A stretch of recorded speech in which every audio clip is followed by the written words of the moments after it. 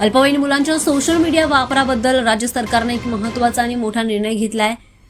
मंत्री आशिष शेलार यांनी विधानसभेत दिलेल्या माहितीनुसार अल्पवयीन मुलांच्या सोशल मीडिया वापरामुळे होणारे दुष्परिणाम लक्षात घेता सरकारने एक विशेष टास्क फोर्स स्थापन करण्याचा निर्णय घेतलाय। या टास्क फोर्सकडून 3 महिन्यांमध्ये अहवाल सादर केला जाणार आहे आणि त्यासोबतच 18 वर्षांखालील मुलांवर सरसकट सोशल मीडिया बंदी घालणं हा त्यावरचा योग्य उपाय नाहीये, कारण शिक्षणासाठी इंटरनेट आणि डिजिटल प्लॅटफॉर्मचा मोठ्या प्रमाणामध्ये उपयोग केला जातो, त्यामुळे संतुलित धोरण आवश्यक असल्याचं मत मांडण्यात आलंय।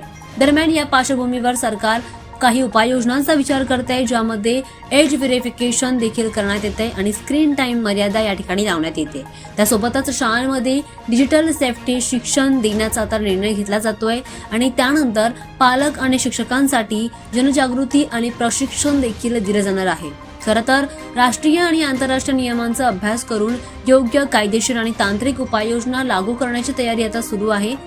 राज्यातील विद्यार्थ्यांच्या मानसिक, शारीरिक आणि शैक्षणिक विकासावर सोशल मीडियाचा होणारा परिणाम लक्षात घेऊन हा निर्णय घेतला जातोय।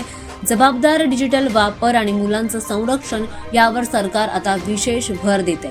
दरम्यान देशभरातही मुलांच्या सोशल मीडिया वापराबाबत वयावर आधारित निर्बंध आणि वेळ मर्यादा लागू करण्याबाबत चर्चा सुरू आहेत आणि भविष्यावर यावर मोठे धोरण लागू होण्याची देखील शक्यता असल्याचं म्हटलं जातं।